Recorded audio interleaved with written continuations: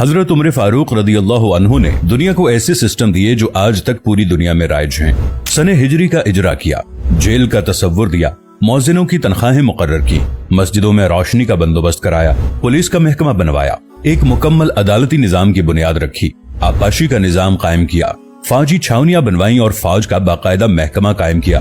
आपने दुनिया में पहली बार दूध पीते बच्चों, माजूरों, बेवाओं और बेआसराओं के वज़ाइफ मुकर्रर किए।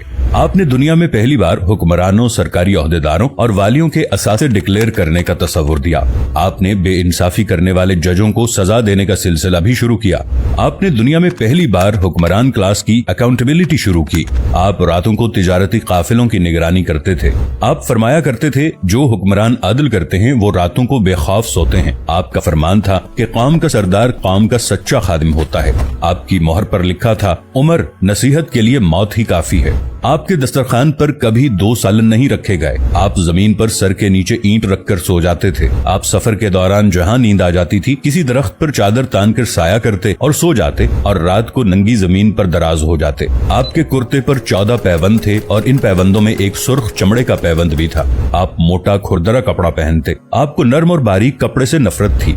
आप किसी को जब सरकारी ओहदे पर फाइज करते तो उसके असासों का तखमीना लगवाकर अपने पास रख लेते और अगर किसी सरकारी ओहदे के दौरान उसके असासों में इजाफा हो जाता तो आप उसका एहतसाब करते। आप जब किसी को गवर्नर बनाते तो उसे नसीहत फरमाते, कभी तुर्की घोड़े पर न बैठना, बारीक कपड़े न पहनना, छना हुआ आटा न खाना, दरबान न रखना और किसी फरियादी पर दरवाजा बंद न करना। आप फरमाते थे, जालिम को मुआफ कर देना मजलूमों पर जुल्म है। आपका ये फिक्रा आज इंसानी हुकूक के चार्टर की हैसियत रखता है कि माएं बच्चों को आजाद पैदा करती हैं, हमने उन्हें कब से गुलाम बना लिया। फरमाया, मैं अक्सर सोचता हूँ और हैरान होता हूँ, उमर बदल कैसे गया। आप इस्लामी दुनिया के पहले खलीफा थे जिन्हें अमीरुल मोमिनीन का खिताब दिया गया।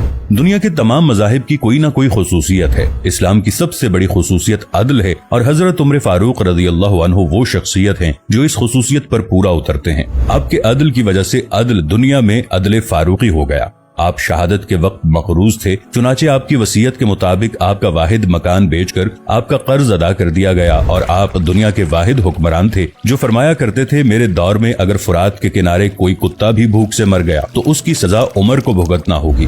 आपके अदल की ये हालत थी। आपका इंतकाल हुआ तो आपकी सल्तनत के दूर दराज इलाके का एक चरवाहा भागता हुआ आया और चीख कर बोला, लोगों, हजरत उमर फारूक रदियल्लाहु अन्हु का इंतकाल हो गया। लोगों ने हैरत से पूछा, तुम मदीने से हजारों मील दूर जंगल में हो, तुम्हें इस सानहे की इत्तला किसने दी। चरवाहा बोला, जब तक हजरत उमर फारूक रदियल्लाहु अन्हु जिंदा थे मेरी भेड़ें जंगल में बेखौफ फिरती थीं और कोई दरिंदा उनकी तरफ आंख उठाकर नहीं देखता था, लेकिन आज पहली बार एक भेड़िया मेरी भेड़ का बच्चा उठाकर ले गया। मैंने भेड़िया की जुर्रत से जान लिया कि आज दुनिया में हजरत उमर फारूक रदियल्लाहु अन्हु मौजूद नहीं है। हजरत उमर फारूक रदियल्लाहु अन्हु ने अपने दौर में जिस जिस खित्ते में इस्लाम का झंडा भिजवाया वहाँ से आज भी अल्लाहु अकबर की सदाएं आती हैं। वहाँ आज भी लोग अल्लाह के सामने सजदा करते हैं। दुनिया में अलेक्जेंडर का नाम सिर्फ किताबों में सिमट कर रह गया है, जबकि हजरत उमर फारूक रदियल्लाहु अन्हु के बनाए निजाम दुनिया के 245 ममालिक में आज भी किसी न किसी शक्ल में मौजूद हैं।